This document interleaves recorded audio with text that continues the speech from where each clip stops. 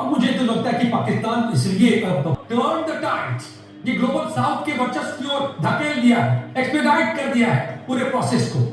देखिए, आपका कहना सही है कि काफी सारा इम्पेटस जरूर आया है, परंतु ये खाली टैरिफ वॉर से नहीं शुरू है। मल्टीपोलराइजेशन जो है, I would like to go और पीछे जाकर के, जैसे यूक्रेन रशिया युद्ध शुरू हुआ था तो तभी से ही शुरू होना शुरू हो गया था। आपने मल्टीपोलर वर्ल्ड बोला, बहुत सारे लोग मल्टीपोलर वर्ल्ड बोलते हैं, मैं इसको ओमनीपोलर वर्ल्ड बोलता हूं। मतलब ये है कि एक किसी मुद्दे के ऊपर आप किसी देश के साथ युद्ध कर रहे हैं, जैसे इंडिया चाइना का गलवान में लड़ाई चल रहा है, परंतु तो दूसरे मुद्दे पे आप उनके साथ हैं। तो ये क्लियरली डिफाइंड एनिमी और फ्रेंडली कंट्री नहीं है। ये यहाँ पे मुद्दों की बात है, आपके नेशनल इंटरेस्ट क्या है उसके हिसाब से आप चलेंगे। नेशनल इंटरेस्ट में अगर मुझे किसी देश से हाथ मिलाना पड़ता है तो कोई प्रॉब्लम नहीं है, और अगर नेशनल इंटरेस्ट में किसी के ऊपर मुझे युद्ध करना पड़ता है कोई प्रॉब्लम नहीं है उसी कंट्री के ऊपर। तो इसलिए हर कंट्री का ये अपना अपना सिस्टम चल रहा है। नेटो शायद विघटन की कगार पे है, ग्लोबल साउथ उभर के आ रहा है। ब्रिक्स का एक वैल्यू है, ब्रिक्स में इंडिया भी है, चाइना भी है, और इंडिया और चाइना इकोनॉमिक फ्रंट पे डिफर भी कर रहे हैं। इंडो पैसिफिक में हम अमेरिका के साथ में हैं, इस मुद्दे पे हम चाइना के साथ में हैं। तो इस तरह से दिस इज वर्ल्ड ओवर, पूरे यूरोपियन कंट्रीज में, अफ्रीकन कंट्रीज में, वेस्ट एशियन कंट्रीज में आपको यही पूरा का पूरा समन्वय मिलेगा।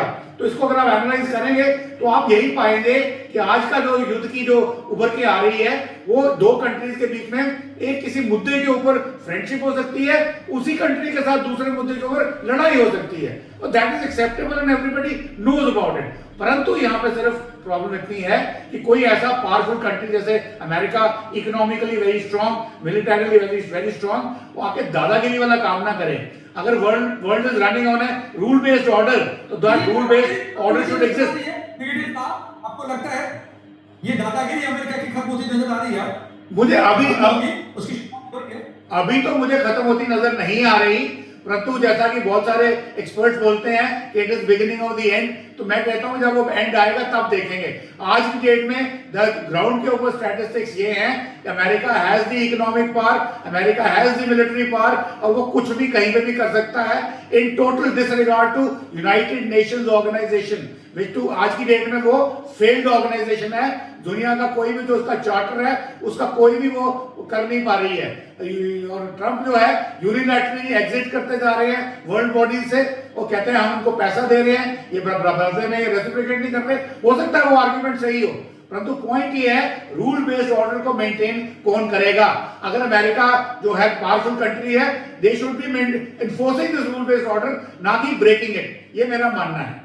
देखिए, सबसे पहले तो मैं आपको ये बताऊं कि जैसे जलसा में बताया कि economics is the greatest thing. आप लड़ाई क्यों करते हैं, मिलिट्री एक्शन क्यों लेते हैं? Just to preserve your economics.